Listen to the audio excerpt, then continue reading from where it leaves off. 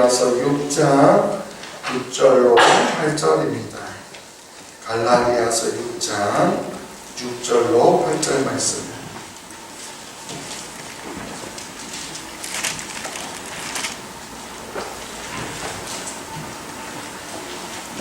갈라디아서 6장 6절부터 8절까지 말씀 한 절씩 같이 읽고 마지막 절 한 절씩 교독하고요. 마지막 절 같이 읽겠습니다.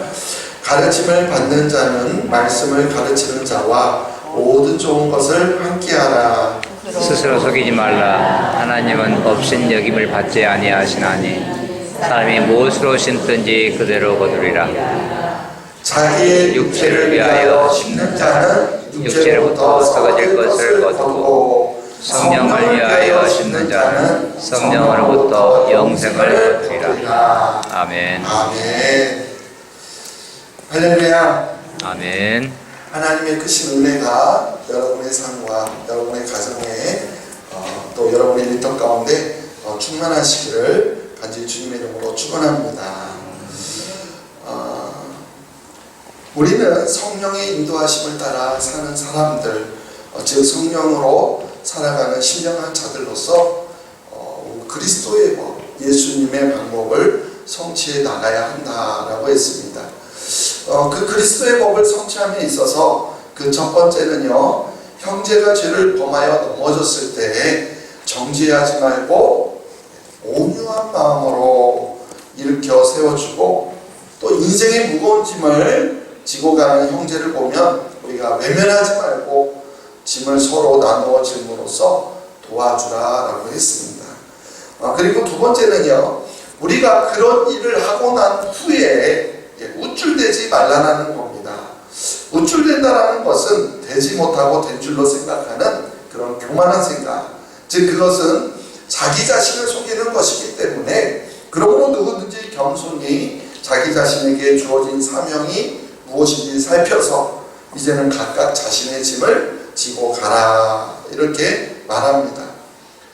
근데 사실 우리는요, 생각해보면 이 두 가지를 반대로 행동할 때가 참 많이 있습니다. 짐을 서로 나누어 지라고 하니까 다른 사람의 무거운 짐은 모른 척 하면서 오히려 내 무거운 짐만 서로 나누어 지도록 하고 있지는 않습니까?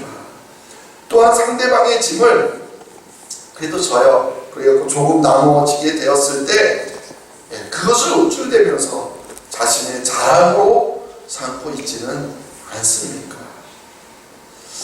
자, 한번 다시 한번 우리의 자신을 돌아보고요. 그래서 오늘 본문 말씀은 성령으로 살아가는 신령한 자들이 그리스도의 법을 이루어감에 있어서 그 세 번째로요, 말씀을 가르치는 자와 말씀을 배우는 자가 어떤 관계를 맺어야 될지에 대해서 오늘 말씀을 전하고 있습니다. 오늘 우리가 함께 나눌 말씀이에요. 말씀을 전하는 자와 말씀을 배우는 자가 어떤 관계해야 되는지. 자, 오늘 본문 6절 말씀 함께 같이 읽어보겠습니다. 가르침을 받는 자는 말씀을 가르치는 자와 모든 좋은 것을 함께하라. 아멘. 아멘. 말씀을 가르침을 받는 자 누굽니까? 그리고 말씀을 가르치는 자 누굴까요? 모든 좋은 것을 함께하라. 사실 오늘 이 말씀은요, 제가 전하기에 참 부담스러운 말씀입니다. 그런데 정말로 제가 부담스러울까요? 아니면 여러분들이 부담스러울까요? 그러나 여러분들이 생각하는 그런 것이 아니니까 걱정하지 마시고 안심해서 들으시기 바랍니다. 먼저 가르침을 받는 자는요, 당연히 하나님의 말씀으로 가르침을 받는 사람을 말하겠죠. 그래서 이 말씀은 하나님의 말씀, 가르침을 받는 자, 배우는 자라고 할 수 있죠. 하나님의 말씀을 배우는 사람들은 하나님의 말씀을 가르치는 자와 어떻게 하라고요? 모든 좋은 것을 함께하라. 함께 나누라는 권면입니다. 생각해보면 여러분, 갈라디아 교회 성도들이요, 어떻게 예수 그리스도의 복음, 자유의 복음을 듣게 되었습니까? 전적인 하나님의 놀라우신 계획이었죠. 하나님의 은혜이며 하나님의 선물이었습니다. 그러나 그렇게 하나님의 은혜이며 하나님의 선물이라고 해서 그 갈라디아 교회 성도들이 저절로 우연히 그 복음을 알게 된 것은 아니라는 것이죠. 바로 거기에는 안디옥 교회의 희생이 있었고, 또한 바울과 바나바의 목숨을 건 그런 희생과 헌신이 있었다는 겁니다. 하나님의 계획은 분명하지만 그 계획 속에는 누군가의 희생이 있었기 때문에 그들은 공짜로 하나님의 선물을, 그 하나님의 은혜를 받게 된 것입니다. 이처럼 갈라디 교회의 성도들이 그렇게 하나님의 선물을 거저 받게 된 그 배경 뒤에는 바울과 바나바의 헌신과 수고와 그 희생이 있었다는 것을 그들이 조금만이라도 헤아렸다면 아마 가만히 있지 않았을 것이라는 거예요. 그래서 자신들에게 무엇이든 좋은 것이 있다면 그것을 함께 나누고 싶었을 겁니다. 자, 그렇다면 모든 좋은 것을 함께하라, 여기에서 모든 좋은 것, 이거 무엇일까요? 여러분들이 생각하는 모든 좋은 것은 무엇이라고 생각하십니까? 물질, 즉 돈입니까? 아니면 먹고 사는데 필요한 음식입니까? 예수님을 믿는 것도 물질적인 복을 받기 위함이다라고 생각한다면 당연히 물질이 좋은 것이 될 수 있겠죠. 자, 여기에서 좋은 것은요, 제가 오늘은 죄송합니다. 원어를 조금만 쓸게요. 헬라어로 아가도스입니다. 아가도스. 영어로는요, 굿이에요. 굿. 선한, 선, 좋은, 이런 뜻을 갖고 있고 성경에 그렇게 여러 뜻으로 번역이 되어 있어요. 몇 가지만 찾아볼게요. 창세기 1장 31절에 보면 하나님이 천지를 창조하시고 그 지으신 모든 것을 보고 보시기에 어땠더라? 심히 좋았더라. 좋았더라. 바로 여기 좋았더라가 굿입니다. 굿. 히브리어로는 이제 히브리어잖아요. 구약성경이니까. 히브리어로는 토브인데 헬라어로 번역을 하면 아까 말한 아가도스예요. 그래서 제가 늘 선과 악을 이야기할 때 항상 말하는 거 하나 있지 않습니까? 하나님이 보시기에 좋은 것이 뭐라고요? 그게 선이에요. 선과 악의 기준은 도덕적 윤리적이 아니라 하나님이 보시기에 좋은 것이 선이고 하나님이 보시기에 좋지 않은 것이 악이다. 저는 이런 기준을 항상 말씀드립니다. 자, 다른 구절 볼게요. 로마서 8장 28절. 우리가 같이 읽어볼게요. 우리가 알거니와 하나님을 사랑하는 자 곧 그의 뜻대로 부르심을 입은 자들에게는 모든 것이 합력하여 선을 이루니라. 이 선을 이루다 해서 이 선도 똑같은 단어 아가도스입니다. 마가복음 10장 18절에 네가 어찌하여 나를 선하다 일컫느냐, 하나님 한 분 외에는 선한 이가 없느니라. 여기에서 선하다와 선함도 아가도스입니다. 그리고 빌립보서 1장 6절에 보면은요, 너희 안에서 착한 일을 시작하신 이가 그리스도 예수의 날까지 이루신 줄 우리는 확신하노라. 여기에서 착한 일, 선한 일, 이것도 바로 아가도스입니다. 이처럼 아가도스는요, 선하다, 착하다 이렇게 번역된 단어예요. 이해하시겠습니까? 아멘. 오늘 말씀에 뭐라고 번역되어 있죠? 좋은 좋았다. 것이라고 번역되어 있어요. 근데 이 단어가 오늘 본문은 아니지만 계속 오늘 본문 이어서 나오고 있어요. 구절을 보면은 이렇게 나옵니다. 읽어볼게요. 우리가 선을 행하되 낙심하지 말지니 포기하지 아니하면 때가 이름에 거두리라. 아멘. 여기서도 뭐가 나오죠? 선이 나옵니다. 근데 사실은 여기에서 선은 아가도스가 아니고 헬라어로 칼로스예요. 근데 뜻이 똑같습니다. 그래서 동의어로 사용되는 단어예요. 그러니까 같은 말을 반복해서 사용할 때 다른 단어로만 사용한 거고 같은 뜻이라는 거죠. 그리고 이어서 10절에서도 나와요. 10절 읽어볼게요. 그러므로 우리는 뒤에 있는 대로 모든 이에게 착한 일을 하되 더욱 믿음의 가정들에게 앉으니라. 아멘. 여기서도요, 착한 일이 바로 아가도스예요. 그러니까 결국에는 6절, 9절, 10절에 나와 있는 세 가지 단어가 원어로는 다 똑같은 단어라는 거예요. 이 말은 지금 사도 바울은요, 사실 모두 같은 말을 하고 있다는 거예요. 근데 우리 성경에는 6절에는 좋은 것, 9절에는 선, 그리고 10절에는 착한 일, 이렇게 각각 다르게 번역되어서 마치 다른 이야기를 하고 있는 것처럼 혼동하고 있다는 거예요. 다 뭐라고요? 같은 단어입니다. 그래서 우리가 6절만 좋은 것을 선이라고 바꿔서 한번 읽어볼게요. 가르침을 받는 자는 말씀을 가르치는 자와 모든 선을 함께하라. 그거예요. 가르침을 받는 자, 배우는 자는 말씀을 가르치는 자와 뭐를 함께하라고요? 모든 선. 좋은 것, 착한 것을 함께하라. 그리고 나서 9절에 가서 낙심하지 않고 포기하지 않고 계속 그 선을 행하면 때가 되면 이룰 것이다 라고 말하고 있는 것이고요. 그리고 마지막으로 10절에서 계속해서 기회 있는 대로 더욱 모든 이에게 선한 일을 행하라 이렇게 말하고 있는 겁니다. 이제 무엇을 말하는지 이해하셨습니까? 예. 자, 그럼 다시 6절을 한번 우리 볼게요. 6절. 모든 것을 갖다 주라 이렇게 되어 있어요? 아니죠. 뭐라고 되어 있습니까? 함께하라. 모든 좋은 것을 함께하라.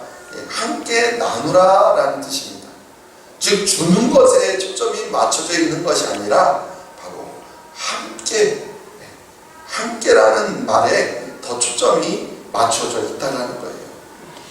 그렇습니다. 모든 좋은 것을 함께하라 이 말은 어떤 단순히 물질적인 보상이나 어떤 대가를 지불하라 이 말이 아니라는 거예요. 바로 모든 좋은 것을 함께하라 라는 것은 이 좋은 것, 선은 하나님이 보시기에 좋은 게 선이라고 했잖아요. 그래서 하나님께서 우리의 삶 가운데 이루신 모든 선한 일들을 함께 나누라는 거예요. 항상 하나님의 말씀을 전하여 준 것에 대한 감사하는 마음을 나누라는 거예요. 함께 나누라는 거예요. 서로 나누라는 거예요. 여러분이 말씀을 배웠을 때 그 말씀을 통하여 은혜 받은 것을 서로 나누라는 겁니다. 또한 그렇게 가르침을 받아서 내 삶이, 자신의 삶이 변화된 것을 간증으로 서로 나누라는 거예요. 그걸 말하는 겁니다.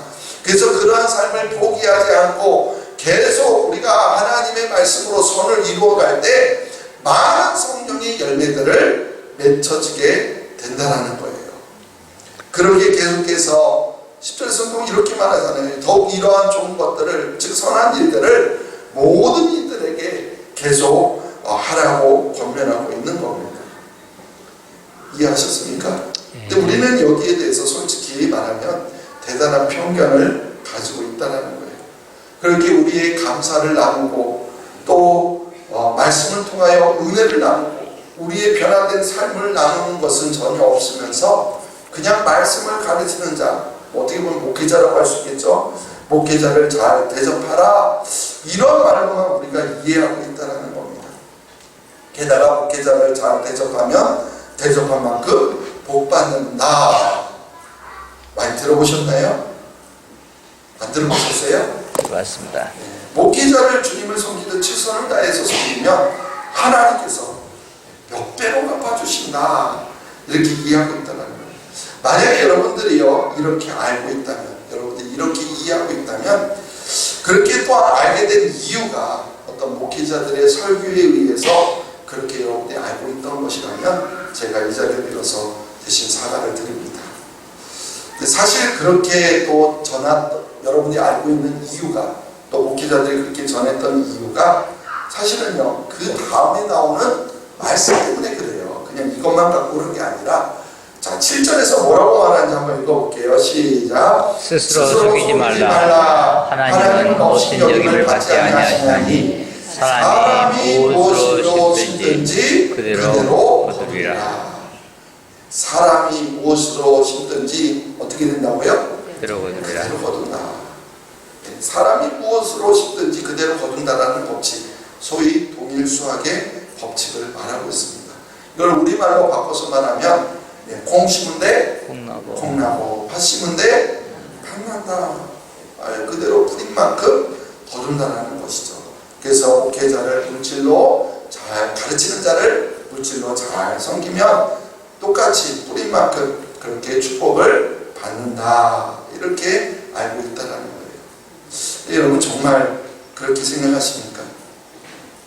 자, 먼저 여러분들은 저를 목회자를 포함해서 또 우리 전사님도 있고요. 또한 말씀을 가르치는 자들을 잘 대접하고 잘 섬기십시오. 아무도 안 말할 줄 알았습니다. 그러나 잘 대접하고 잘 섬기시되 꼭 부탁드리고 싶은 것은 감사하는 마음으로 섬겨야 됩니다. 아멘. 감사하는 마음이 없다면 좀 궁일이 여기는 마음으로, 불쌍히 여기는 마음으로 섬기셔도 됩니다. 그러나 조금도 감사하지 않고 궁일한 마음이 없다면 하지 마세요. 안 하시는 게 좋습니다. 그러니까 다른 목적으로는 하지 말라는 거예요. 어떤 목적이요? 그동안 우리가 알고 있었던 복 받으려는 그 목적을, 복 받기 위해서는 섬기지 말라는 겁니다. 심는 대로 거둔다는 말 때문에 우리에게 정말 감사하는 마음도 없고 궁일을 여기는 마음도 없는데 그렇게 복 받기 위해서 대접하는 거 그만큼 하지 말라는 겁니다.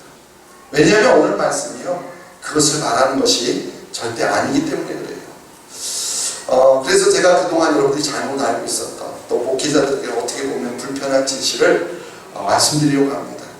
먼저 오늘 본문에요 사람이 무엇으로 심든지 그대로 거두리라 이 말만 있다고 한다면 우리가 충분히요 그럴 수도 있다라고 생각할 수 있겠어요. 그런데요 그런 말만 하지 않죠. 그 앞에 뭐라고 말하고 있냐면은 스스로 속이지 말라라고 말하고 있어요.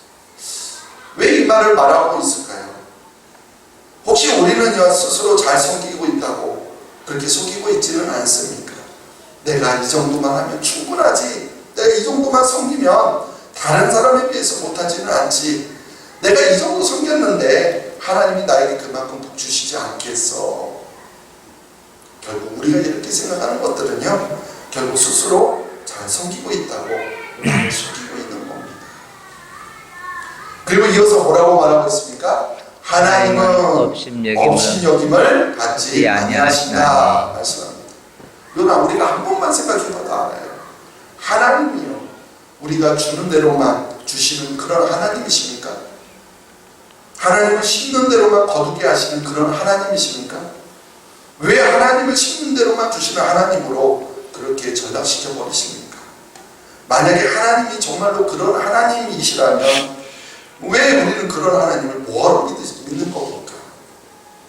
하나님께서는요 우리를 위해서 독생자를 아낌없이 주셔서 십자가에 죽기까지 하신 바로 그런 하나님이십니다. 아멘. 우리를 그토록 사랑하신 하나님께서 우리를 그렇게까지 사랑하신 이유가 과연 많이 심는 자에게 많이 주고 적게 심는 자에게 적게 주려고 우리에게 그렇게까지 하셨습니까? 그렇게 하려고 독생자까지 주셨습니까? 예수 그리스도를 믿는 우리에게 멸망치 않고 영생을 주신 것, 이것은요 우리에게 우리가 심어서 준 게 아니라 우리에게 아무 값없이 주신 하나님의 선물 아닙니까? 아멘. 우리 요한복음 3장 16절 읽어보겠습니다. 시작. 하나님이 세상을 이처럼 사랑하사 독생자를 주셨으니 이는 그를 믿는 자마다 멸망하지 않고 영생을 얻게 하려 하심이라. 우리를 아멘. 사랑하시고 독생자까지 주신 하나님 아니십니까? 자, 에베소서 2장 8절 읽어볼게요. 너희는 그 은혜에 의하여 믿음으로 말미암아 구원을 받았으니 이것은 너희에게 선 것이 아니요 하나님의 선물이라. 아멘. 구원해 주신 것뿐만이 아니라 영생까지도 값없이 주신 하나님을, 그런데 왜 주는 대로만 주는 하나님, 심는 대로만 거두게 하시는 그런 하나님으로 평가절하시킵니까? 아니 어느 정도 심기만 하면 하나님이 그것을 몇 배로 더 갚아주시는 하나님, 그런 하나님으로 우리가 믿고 있지는 않습니까? 결국에는 그것이요 하나님을 없이 여기는 거예요. 그러나 하나님은 없이 여김을 받지 않는다라고 말씀하십니다. 그렇다면 이렇게 말하겠죠. 그럼 왜 사람이 무엇으로 심든지 그대로 거두리라는 말을 왜 여기서 하고 있는 겁니까?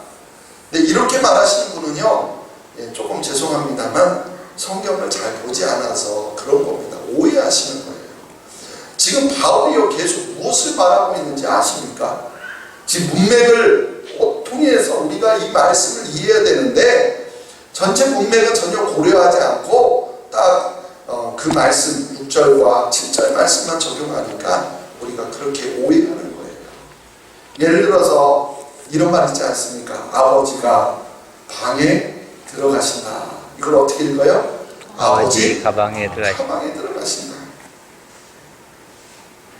사람이 무엇으로 씹든지 그대로 거두리라. 이 말씀을 가르치는 자와 말씀을 가르치는 자와 모든 좋은 것을 함께 하라 라는 말씀에 붙여서 이해하면은 아버지가 방해로 읽는 것이 아니라 아버지 가방에로 읽는 거라는 거예요. 정말 그런지 한번 8절 말씀을 볼게요. 8절 시작. 자기의 육체를 위하여 심는 자는 육체로부터 썩어질 것을 거두고 성령을 위하여 심는 자는 성령으로부터 영생을 거두리라. 아멘. 7절은요 6절에서 붙여 있는 게 아니라 몇 절에 붙여서 읽어야 돼요? 8절에 붙여서 읽어야 돼요. 지금 6, 7절에서 사람이 심는 대로 거둔다 라고 말하면서 육체를 위하여 심는 자는 썩을 것을 거두게 되고 성령을 위하여 심는 자는 성령으로부터 영생을 거둔다. 심는 대로 거둔다라는 말이 무엇을 말하고 있는지 이제 보이십니까? 그거예요. 사람이 무엇으로 심는지 그대로 거두리라. 이 말씀은 육체를 위하여 심는 자는 결국 육체를 위해서 심었기 때문에 다른 무엇을 거둘 수 있는 게 아니에요. 영생을 거둘 수 없다는 거예요. 그들의 육체로부터 썩어질 것을 거두게 될 수밖에 없다. 그 얘기를 하고 있는 겁니다. 그러나 성령을 위하여 심는 자는 그대로 성령으로부터 영생을 거두게 된다는 말씀, 바로 이것을 말하고 있는 거예요. 자, 그렇다면 우리 메시지 성경은 뭐라고 말하고 있는지 한번 볼까요? 시작. 여러분이 스스로 설 수 있을 만큼 성숙해진 것은 훈련을 받았기 때문인데 여러분을 훈련시킨 사람들과 넉넉한 마음으로 삶을 공유해야 합니다. 여러분이 소유한 것이든 경험한 것이든 온갖 좋은 것을 함께 나누어야 합니다. 여러분을 훈련시킨 사람들과 넉넉한 마음으로 무엇을 공유하라고요? 삶을 공유하라고 합니다. 삶을. 여러분의 삶을 공유하라고 하는 것, 그것은요, 그 이어서 나오죠? 여러분이 소유한 것만을 말하는 것이 아니라 거기에는 경험한 것도 포함되어 있다는 거예요. 경험한 것도 포함되어서 그런 것까지 함께 좋은 것을 공유해야 된다. 이렇게 말하고 있어요. 여러분의 삶을 공유하고 있습니까? 아멘. 우리는 우리의 삶의 모습은요 부끄러워서 꽁꽁 숨겨놓은 채, 가정사 일은 남들에게 공개되는 것은 꺼려서 완전히 가려놓은 채 그냥 잘 섬겨야 복받는다고 하니까 복받기 위해서 대접하고 섬기는 그런 모습은 아니냐라는 거예요. 근데 사실 우리가 또 그렇게 생각하고 있는 것 중에 대표적인 말씀들이 사실 성경에 많이 있어요. 그 중에 또 하나 보자면은 사르밧 과부의 이야기입니다. 아합이 이스라엘 왕이었을 때 그 사르밧 과부가 마지막 남은 가루로 작은 떡 덩어리를 하나 만들어서 그걸 엘리야 선지자의 드림으로 인해서 어떤 복을 받죠? 그 통에 가루가 떨어지지 아니하고 그 병에 기름이 없어지지 아니하는 복을 받았다. 이 말씀이 있어요. 이 말씀을 갖고 사르밧 과부처럼 아무것도 없어도 있는 것을 가지고 지도자를 잘 섬기면 그렇게 병의 기름이 끊어지지 않도록 그러한 복을 받는다 말합니다. 성경 말씀이니까요. 근데 사실 이것도 너무 편협적인 해석이라는 거예요. 먼저 열왕기상 17장 8절 9절 말씀을 보면 먼저 하나님께서 엘리야가 전혀 알지 못하는 사르밧 과부에게로 보냅니다. 그리고 사르밧 과부도 자신을 찾아온 전혀 알지 못하는 엘리야에게 남아있는 가루를 가지고 떡을 만들어 준 게 아니에요. 나와 내 아들을 위하여 떡을 만들어 먹고 나는 죽을 것이다 이렇게 말합니다. 그때 엘리야가 그러한 사르밧 과부에게 우선 그것 가지고 작은 떡 하나만 내게 만들어 준 다음에 그 다음에 너와 자식을 위해서 먹고 죽더니 말든지 알아서 하라 이렇게 말하는 거예요. 그래서 그렇게만이라도 한다면 비가 올 때까지 하나님께서 그 통에 가루가 떨어지지 아니하고 그 병의 기름이 없어지지 않게 하겠다라고 엘리야가 먼저 말하는 거예요. 사르밧 과부는요 그 말을 듣고 나서 믿져야 본전하니까 이래도 죽고 저래도 죽고 그러니까 엘리야의 말에 따라서 엘리야를 위해서 떡 한 개를 만들어 준 겁니다. 잘 보십시오. 이것은요 사르밧 과부가 먼저 원해서 엘리야를 대접하는 것이 아니에요. 오히려 이것은 원치 않는 사르밧 과부의 마음을 설득해서 대접하게끔 만든 거예요. 그리고 결정적으로 우리가 알고 있는 그 통의 가루가 떨어지지 아니하고 그리고 병의 기름이 없어지지 아니하였다 이 말은요 그 통의 가루하고 병의 기름이 무한대로 흘러넘쳐서 그것을 팔아서 부자가 되었다 그 얘기가 아닙니다.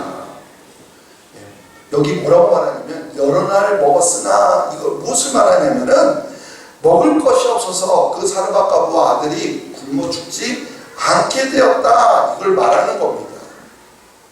하나님의 은혜죠. 굶어 죽지 않고 살게 되었다는 걸 말하는 거예요. 그런데 왜 우리는 이것을 엄청난 물질적인 복을 받은 것으로 이해하냐라는 거예요. 제 말이 아니고 그럼 예수님이 뭐라고 말하는지 예수님이 이 말씀을 가고 뭐라고 말하는지 우리 누가복음 4장 25절 26절까지만 한번 읽어볼게요. 내가 참으로 너에게 이르노니 엘리야 시대에 하늘이 3년 6개월 닫히어 온 땅에 큰 흉년이 들었을 때 이스라엘에 많은 과부가 있었을 때 엘리야가 그중 한 사람에게도 보내심을 받지 않고 오직 시돈 땅에 있는 살다가의 한 과부에게 뿐이었으며 그리고 똑같이 이제 나아만 사람 백부장에 대해서 이야기하는데요. 수리아 사람 나아만 장군 이야기하는데요. 이것은요 바로 하나님의 은혜로 하나님과 전혀 상관이 없는 그런 구원받을 자격조차 없는 이방인이 바로 구원받은 사건을 예수님이 이야기하고 있다는 거예요. 자칫 그 선택된 백성 하나님의 백성이라고 여기는 유대인들조차도 받지 못한 그 은혜를 지금 이방인이 받고 있다는 것을 이야기하고 있습니다. 누가요? 예수님.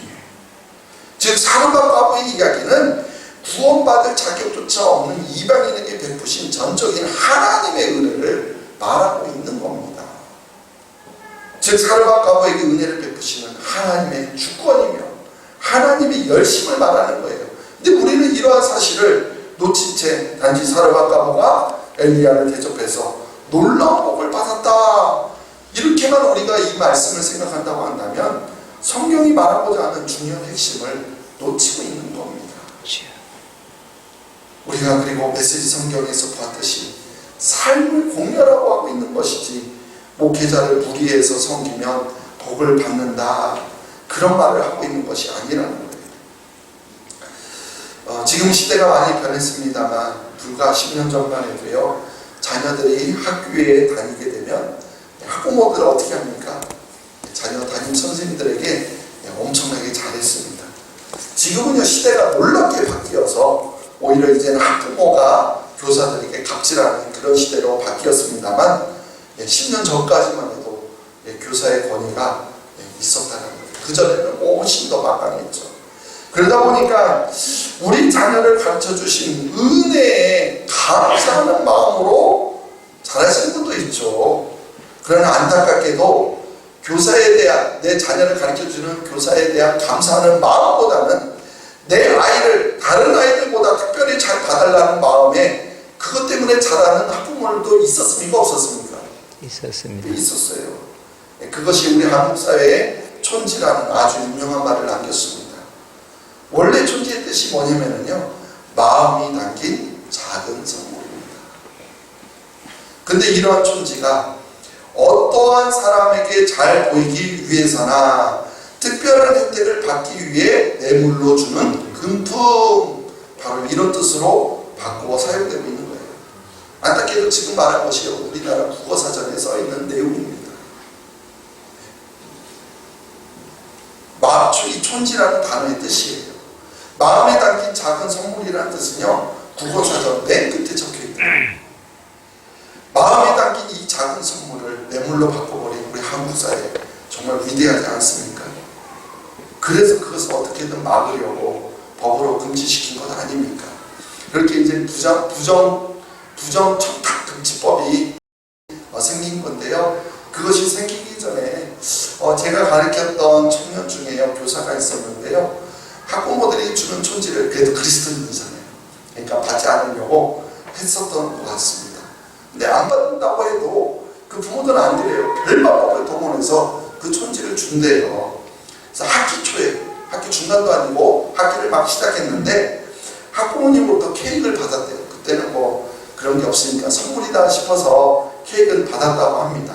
근데 이제 자신이 못 먹으니까, 다 못 먹으니까 형 가족에게 먹으라고 줬는데, 형이 그 케이크를 열어보니까 케이크 밑에 돈 봉투 50만 원이 있다고. 여러분, 이 50만 원은 내 자녀를 가르쳐주는 선생님이기 때문에 감사하는 마음으로 드린 것 같습니까? 아니면 내 자녀를 잘 봐달라는 의미에 담긴 뇌물처럼 보이십니까? 어떻게 보이세요? 그렇잖아요. 정말 우리가 나누고 싶으면 감사하는 마음으로 나눠야 됩니다. 말씀을 전하여 준 것에 대한 감사하는 마음을 서로 나누고, 말씀을 통해서 받은 은혜를 서로 나누고, 말씀으로 변화된 우리의 삶을 서로 나누십시오. 아멘. 그리고 우리의 삶을요, 솔직하게 공개하십시오. 그렇게 함께 기뻐하고, 함께 즐거워하고, 또 때로는 함께 아파하고, 함께 슬퍼할 수 있는 그런 함께 고민할 수 있게 우리는 해줘야 합니다. 아멘. 이것이 바로 여러분들이 말씀을 가르치는 자와 모든 좋은 것을 함께하는 겁니다. 그리고 한 가지 더 말씀드리고 싶은 것은요, 모든 좋은 것을 함께하라 라고 하는 자는 바로 말씀을 가르치는 자, 이렇게 말하고 있다는 사실이에요. 목회자, 영적 지도자, 축복권자, 이런 말을 사용하지 않고 말씀을 가르치는 자, 이렇게 성경이 기록하고 있다는 거예요. 대접받기 위해서 마치 자신에게 축복권이 있는 것처럼 행세하는 그런 자들을 대접하라는 것이 아니라, 지금 이 말씀, 최소한 이 말씀은 말씀을 가르치는 자와 함께 나누라는 거예요. 목회자에게 축복권과 저주권이 있으니까, 그래서 저주를 받지 않고 축복을 받기 위해서 목회자를 잘 대접하라는 뜻이 오늘 말씀은 아닙니다. 결국 목회자를 잘 대접하고 섬기면 내가 복받고, 또 내 가정이 복을 받고, 내 자식이 잘 되기 때문에 대접하라는 뜻이 결코 아니다라는 것을 꼭 여러분에게 다시 한번 말씀드립니다. 근데 이 말씀은요, 또 교회 내 영적 지도자들의 모습이 어떠해야 하는지도 설명하고 있는 거예요. 바로 어떤 자여야 된다는 거예요? 말씀을 가르치는 자이어야 한다는 겁니다. 말씀을 가르치는 부분을 다 해야 돼요. 근데 그거 말고 다른 걸 더 많이 하는 사람들도 있죠. 우리는 그렇습니다. 우리는요, 모두 다 그리스도 안에서 다 한 형제요, 한 자매입니다. 아멘. 믿습니까? 아멘. 우리는 모두 다 하나님 나라에 똑같은, 저나 여러분이나 모두 다 뭐라는 거예요? 거룩한 제사장이라는 거예요. 사도 베드로가요, 내가 거룩한 제사장이다라고 말하지 않아요. 베드로 사도가 성도들을 향해서 너희도 모두 다 거룩한 제사장이다 라고 말하고 있습니다. 그것도 그냥 제사장이 아니에요. 왕 같은 제사장이다 이렇게 말하고 있습니다. 교회 안에 단지 구분이 있다면 먼저 믿은 자와 나중에 믿은 자, 즉 먼저 말씀을 배운 자와 나중에 말씀을 배우는 자로 나뉘어져 있을 뿐이라는 거예요. 즉 말씀을 가르치는 자와 말씀을 배우는 자로 나뉘어져 있을 뿐입니다. 마찬가지로 우리 교회 학교에도요, 교사와 학생들이 있고요, 여러분들의 목장에도요, 목자와 목장원들이 있습니다. 교회 학교 안에서는 교사가 바로 말씀을 가르치는 자고, 목장 안에서는요, 누가요? 목자가 바로 말씀을 가르치는 자예요.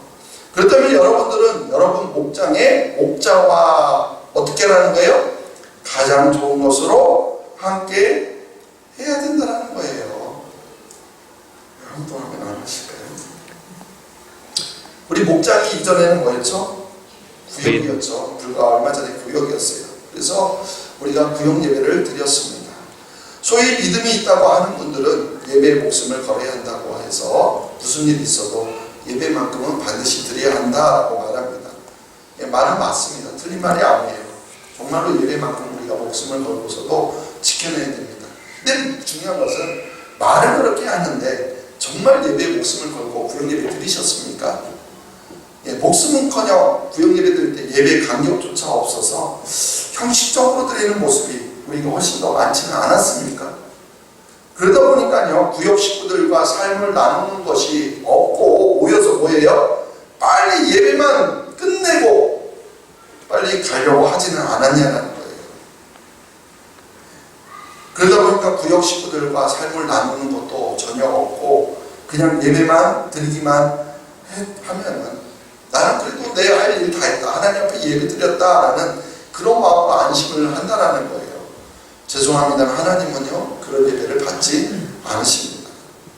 그래서 목장으로 바꾸려고 했던 이유도 그 중에 하나예요. 형식적으로 우리가 내가 할 일 다 했다라는 그런 예배를 드리는 것이 아니라 우리가 이렇게 주일 말씀을 가지고 한 주간 살아가면서 내가 깨달아지고 내가 경험되어지는 일들을 목장 안에서 나누라는 거예요. 그래서 여러분의 목장을 통해서 여러분들의 모든 좋은 것으로 함께 나누라는 겁니다. 그리고 실제로 여기에서 모든 좋은 것을 함께하라 라고 되어 있는데요. 이 함께하라가 바로 코이노니아예요. 원어로 코이노니아. 교제라는 뜻을 갖고 있는 단어입니다. 이건 말씀을 가르치는 자와 말씀을 배우는 자가 코이노니아, 서로의 삶을 나누며 교제하라는 거예요. 한 주간 동안 삶 속에서 서로의 가정을 공개하며 여러분의 삶을 나누며 교제하면서 서로의 짐을 지라는 거예요. 아멘. 이것이 바로 목장이, 이러한 목장이 목장다운 목장인 줄로 믿습니다. 아멘. 우리는 성령을 따라 행하는, 성령의 인도하심을 따라 순종하는 자들로서 우리가 그리스도의 법을 이루어감에 있어서 말씀을 가르치는 자와 말씀을 배우는 자는 모든 좋은 것을 함께하며 서로의 짐을 지는 그런 관계를 맺어야 할 줄로 믿습니다. 아멘. 하나님의 선하심, 우리의 삶 가운데 하나님이 어떻게 일하시는지 그것을 함께 나누고 또 하나님의 나라를 위해서 하나님의 뜻을 함께 나누며 또 하나님의 말씀을 배워 받은 은혜들을 함께 나누고 또한 그 말씀을 통하여 변화된 나의 삶을 함께 나누는 그런 관계를 우리가 맺어야 될 줄로 믿습니다. 아멘. 바로 이것이요, 말씀을 배우는 자와 말씀을 가르치는 자가 모든 좋은 것으로 함께하는 것입니다. 아멘. 이 말씀의 본질을 깨닫고 그래서 우리 모두가 좋은 것으로 함께할 수 있는 그런 우리 공동체가 되기를 간절히 주님으로 축원합니다. 아멘. 하나님 아버지 감사합니다. 말씀을 배우는 자, 말씀을 가르치는 자, 우리 모두가 서로 간에 정말 하나님이 우리 가운데 어떻게 일하시고 해가시는지를 우리가 함께 경험하며 다른 것들을 함께 나눌 수 있는 그런 우리 공동체가 되길 원합니다. 아멘. 우리가 복을 받기 위해서 대접하고 섬기는 그런 잘못된 신앙에서 벗어나게 하여 주시고 아멘. 정말로 진정으로 나의 소유이든 내가 경험한 것이든 무엇이든지 함께 나눌 수 있는 그런 우리의 삶이 될 수 있도록 허락하여 주시옵소서. 아멘. 그래서 우리의 공동체가 진정으로 믿음으로 하나 되며 서로의 삶을 나누며 서로의 짐을 지며 서로 좀처럼 섬길 수 있는 그런 아름다운 우리 공동체가 되기를 소망합니다. 아멘. 우리 힘으로 되는 것이 아님을 너무나도 잘 알고 있사오니 성령 하나님 도와주시고 역사하여 주셔서 우리가 성령의 인도하심을 따라 살아갈 때 그리스도의 법을 성취하며 나아가는 우리 모두가 되게 도와주시옵소서. 아멘. 감사합니다. 예수님의 이름으로 기도드립니다. 아멘. 아멘. 우리 함께